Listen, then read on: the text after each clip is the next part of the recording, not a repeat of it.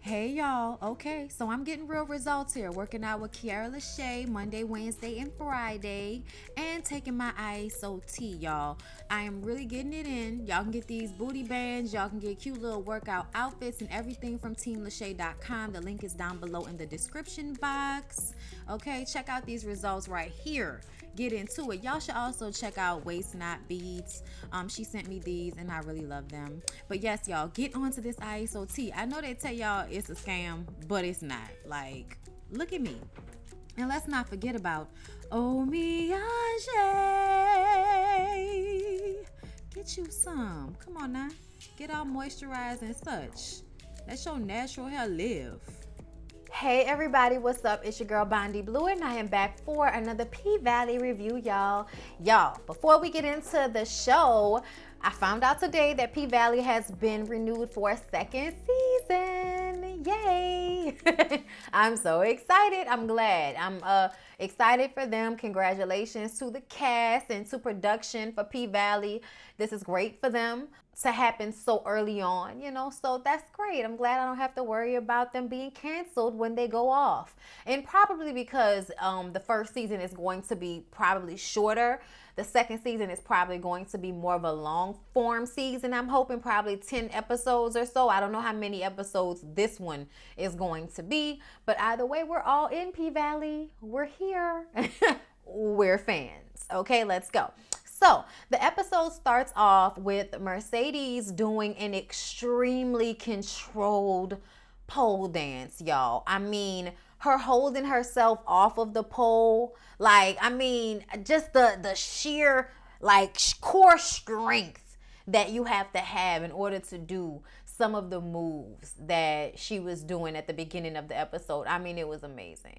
It was really amazing, y'all. I love whenever we get to see the strippers do their thing. Like whenever we just have a block in the scene where we get to see the girls get on the pole and do their damn thing. I love it. And I'm so happy that every episode we get just like a little bit of the show, because I think that's important and people still want to see it.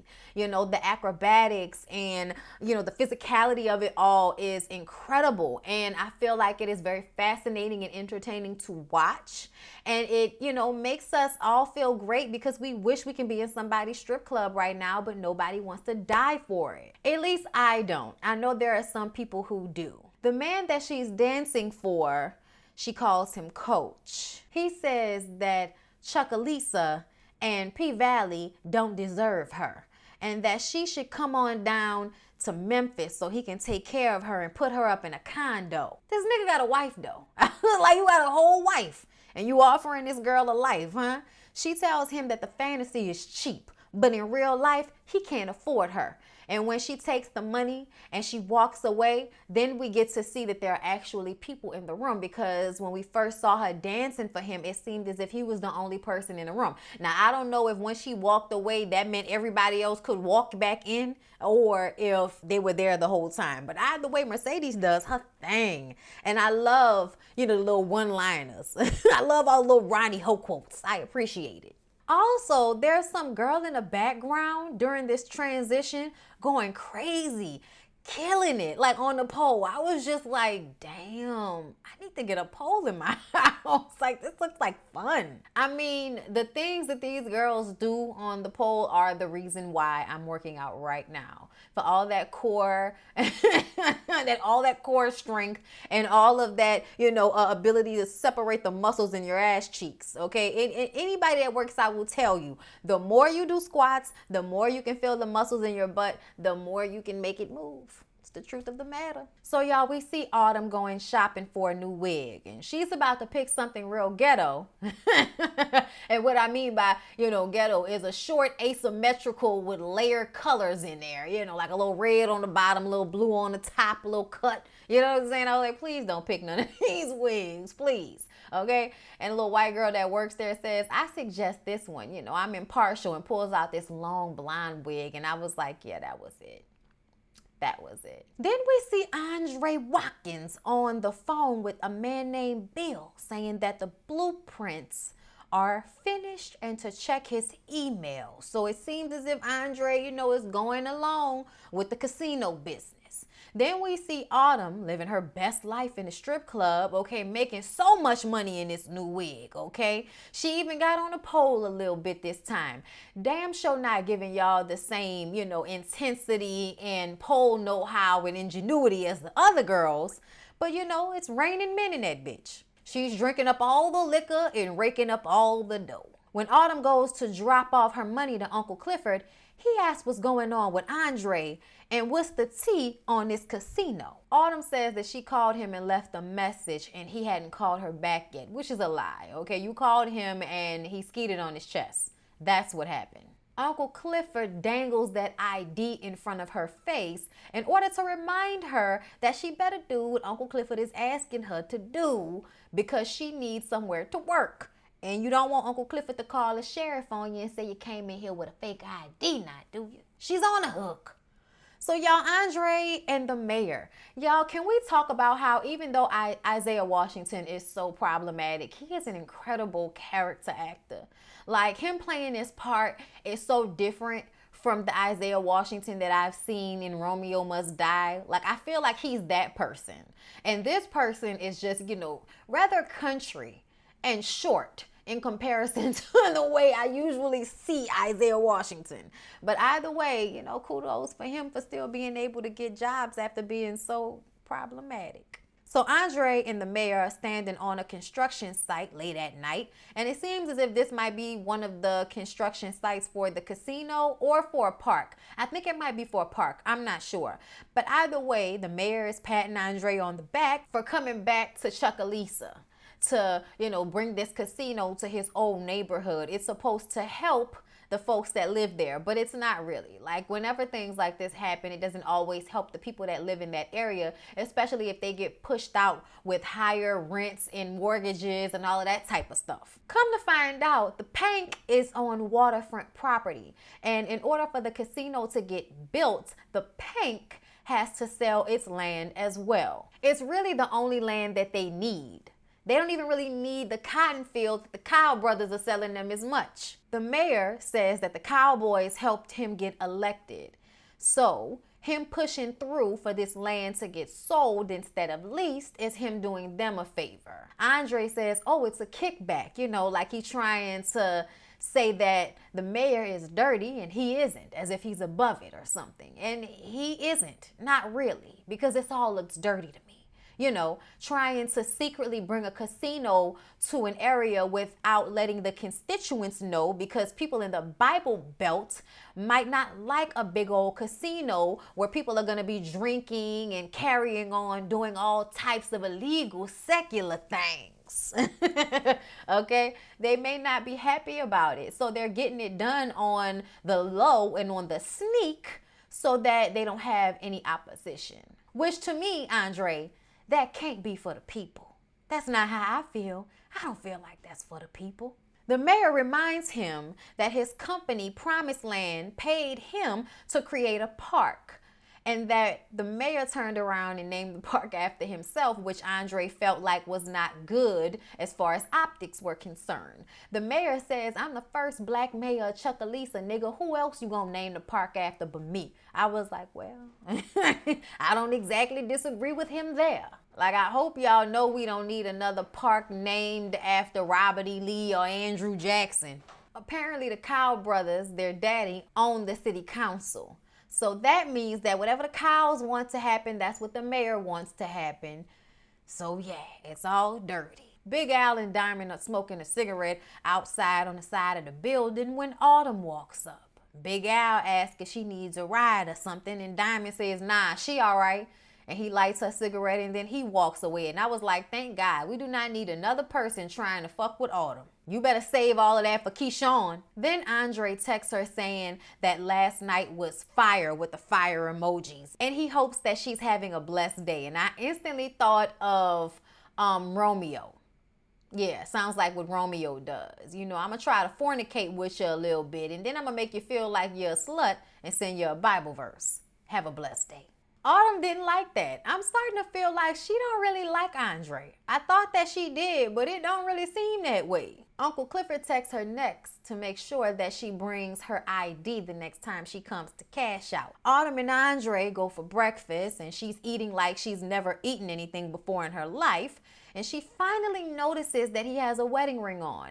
And it's the first time we've seen the wedding ring as well. We thought he was on the phone with his girlfriend, but Andre got a whole ass wife. Her name is Brittany. Autumn says that his wife must miss him. You know, he didn't been down here all of this time. And he says for her to keep her voice down. And she like, what? You don't want me to talk about the fact that you got a wife? He says that it's complicated. I'm like, it ain't that damn complicated, you creep. Autumn says, so what, did you think I wouldn't understand? And he says, oh, I knew you would understand. I know you know about thotting, fornicating, hoeing. He says he's not at liberty to speak on such a confidential situation. I'm like, that's a big way of saying you're not going to give us no tea. An old man sitting at the bar or whatever you want to call it across from them says that they're such a cute couple and where they staying at. And before Andre could say that they're not a couple, she says, oh, we're just coming through, just passing through, you know, play the game with the old man. Then the old man starts going off about how, you know, Chuckalisa ain't shit. And what y'all coming out here for?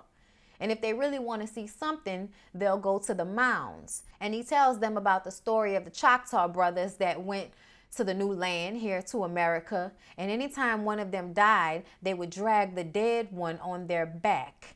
And the old man is telling his story, and Autumn is tearing up and kind of spacing out. And then Andre asked if she would like to go to the mound where Mercedes, Mississippi, and Gidget come in and slide into the booth with them, okay? And then there's some conversation about how all of them have made some of the men they stripped for their men at one point or another, which makes Andre quite uncomfortable. So he gets up and leaves, and Autumn says while he's walking out, the mounds, I would love to go. And they looking at her like, that ass bitch.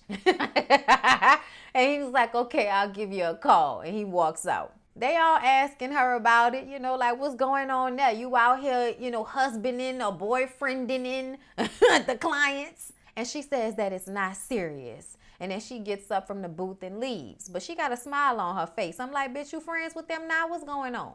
Mercedes says, the bitch ain't even eating. I don't know what's wrong with her. Like, I don't know what's wrong with her neither. Uncle Clifford goes to see Corbin down at the cotton field. He's out there plowing cotton, and he sees Uncle Clifford in his geisha girl, you know, wear with the booty shorts on and the umbrella. And he wants to know about this casino. Apparently Corbin and Uncle Clifford have known each other since they were children. And it was a secret that Corbin was Wayne Cow's illegitimate child. But Uncle Clifford always knew about it and always kept it on the low. Uncle Clifford also does a lot of, you know, flirting and innuendo with Corbin. And I'm not sure what's happening because Corbin doesn't seem to be turned on by it, okay? It doesn't seem like it's a little murder situation. So I was just like, you know, what's happening here? What's the backstory? I need tea. Corbin tells him everything about what's going on except for the fact that they need the Pynk in order to build the casino. I don't know if anything that Corbin said is actually going to help Uncle Clifford keep the Pynk, but y'all will see. Y'all, then we see Patrice on the pulpit sweating and acting up a fool, okay? Talking about, y'all heard the song by Deborah Cox. Nobody is supposed to be here. Hallelujah. I was just like, oh, okay. I was like, go ahead and use secular music to make a point in the pulpit, Patricia. Or Patrice or whatever her name is, child, whatever. Anyway, Mercedes comes in and we see, you know, because at first it seemed as if Patrice might have been in there preaching on Sunday morning, but oh no, it was a rehearsal, okay? Mercedes comes in and she asks for her money back. And instead of her mama saying, yeah, I'll give you your money back, she asking her what she want her own money for. Hey, your damn business what I want the money for, give me my money. She says it's for her gym, you know, for her Chuckalisa challenges, her dance team. And her mama said, oh, so you really gonna quit, huh? She was like, yeah. She was like, all right, come on down first in the morning. I'll go down to the bank and cut the check. I'm like, you better. And she run up there and she hugs her mama and she kind of looks behind her at Mercedes and then she goes back to looking at her hymnal. And I was just like, Still ain't giving that girl no love. So then we see that there's a video circulating of those same Chuckalisa challengers popping their teenage ass online in little bitty Chuckalisa challenger shorts at some party. And Mercedes is not happy about it, okay? She got them doing wall sits with no damn wall, okay? And then she gonna have them do 70 toe touches. And her little team captain got a mouth on her, okay, talking about we was doing just what you be doing. And Mercedes said, the difference is I get paid to shake my ass. You shaking yours for free. Where they do that at? You ain't got nothing to say, huh? I was like, I know that's right. Mercedes always talking hard as hell. She could punch you in your face when she talk. Mercedes had to deal with them, so she was late to rehearsal at the Pynk because the trio, okay, the Trinity is performing together tonight, okay? 3 girls, 1 pole tonight at the Pynk.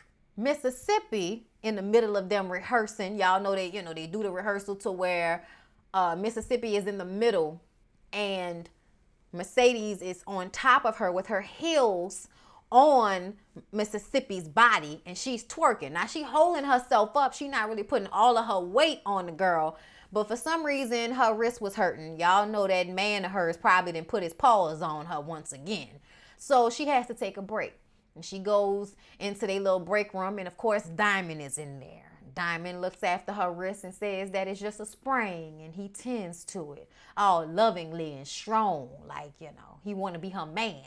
Child, I don't know what the hell wrong with Mississippi and why she not with Diamond. Like, are we gonna have to wait till next season for y'all to work this out for us? Damn. Just as things are getting a little too close and a little too hot, Uncle Clifford calls for her to come and get her crying ass baby. Doors of the Pynk are open. Mississippi is doing her little post online to tell everybody to come on down and see the girls shake that ass. Shake, shake it, shake it, shake it, shake it, shake that ass. But once again, her baby is crying. So she's trying to get somebody to hold the baby while she's posting and nobody will hold the baby. And then she throws the baby into Autumn's arms. And then we see Autumn having flashbacks of her baby. She running in the rain to get her baby in a car. She gets her baby in a car and then we see blood all over her shirt. So we don't know what happened to the baby. We just like, did the baby die? What's going on? Please don't drop Mississippi's baby, girl. I was scared she was going to drop Mississippi's baby. But she didn't drop the baby. And then we see her down to the bar drinking up all of the shots. And to the bartender girl that I like was like, hey, you done had enough. Go on now. So y'all, Mercedes, Mississippi, and Gidget get on that stage, y'all, and do their thing. I mean, I really, really love to see the girls, do all of their pole work. It's just amazing. They tearing it down. They got the crowd going wild. Everybody's throwing money everywhere, okay? The girls then did their thing. And Autumn, standing out there in the audience, drunk and jealous, decides to take her sloppy ass out there on the stage. And the girls is looking like, the fuck? They popping and looking at her like, what she doing? She gets on the pole, okay? She drunk, so she fall.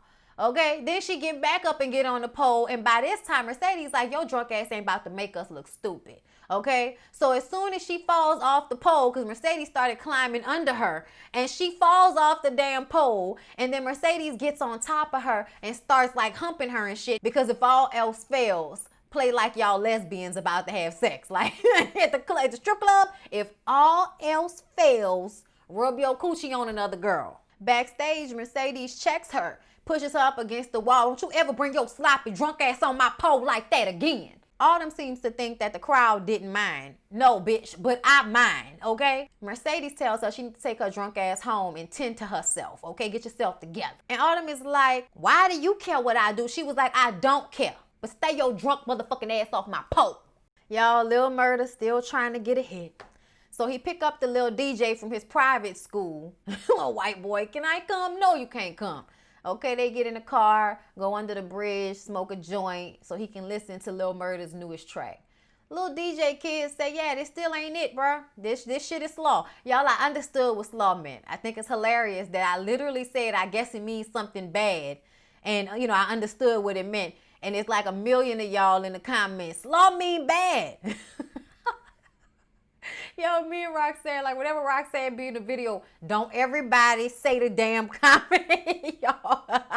Y'all have no idea how annoyed we be when people say the same damn thing over and over and over and over and over and over and over and over and over again. Like, it's crazy. It's crazy.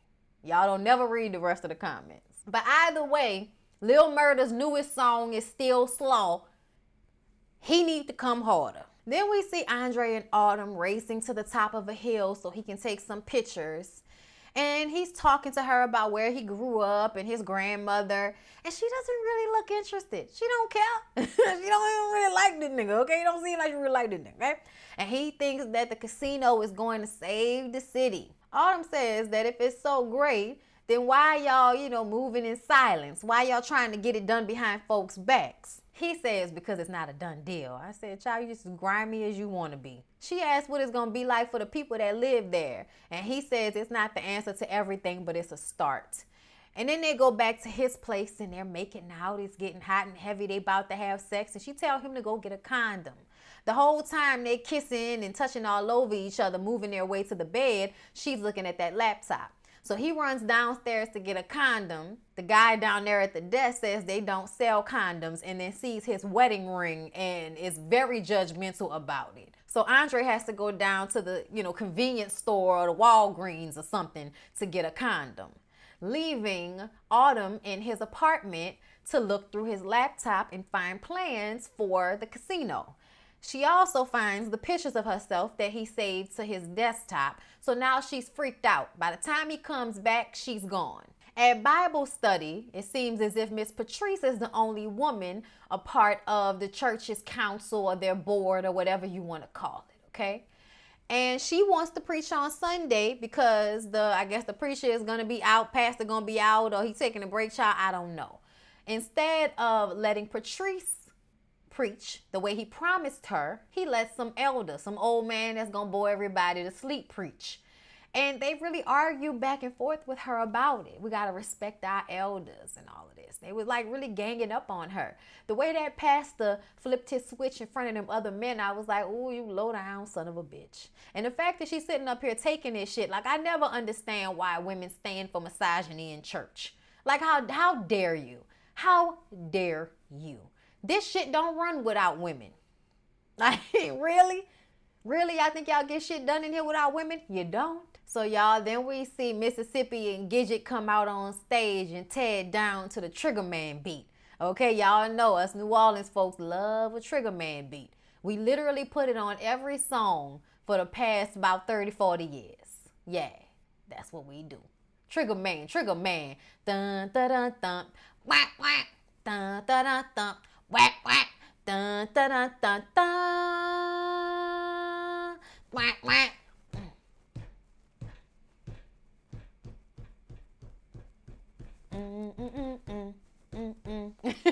That's where we get that from, y'all. So Mississippi notices that one of her clients, the one that likes for her to just lay down and play dead, comes in.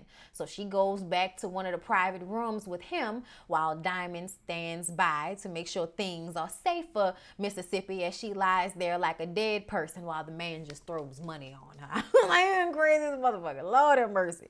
And then Gidget sees that her boyfriend comes in. Apparently her boyfriend is Uncle Clifford's connect, his drug dealer. And he's been holding some drugs for this guy. So, he give Uncle Clifford his money, there's a little conversation, and then that's really it. Then we see Gidget take some drugs from him and say it's for Keyshawn. She hurt her wrist. Yeah, Gidget, you got a drug problem? You selling drugs? What's going on? That didn't look like downers. That looked like cocaine. What that's gonna do for your wrist? Autumn brings what she found on Andre's computer to Uncle Clifford.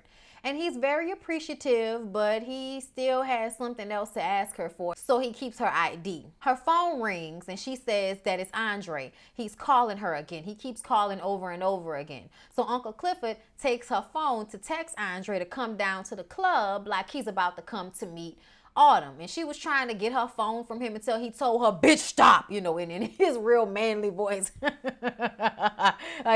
She was like acting like a crackhead over that phone until he told her to stop, in a deep voice. So then we see Mercedes, okay? She sees another one of these videos of her dancers shaking ass at some party.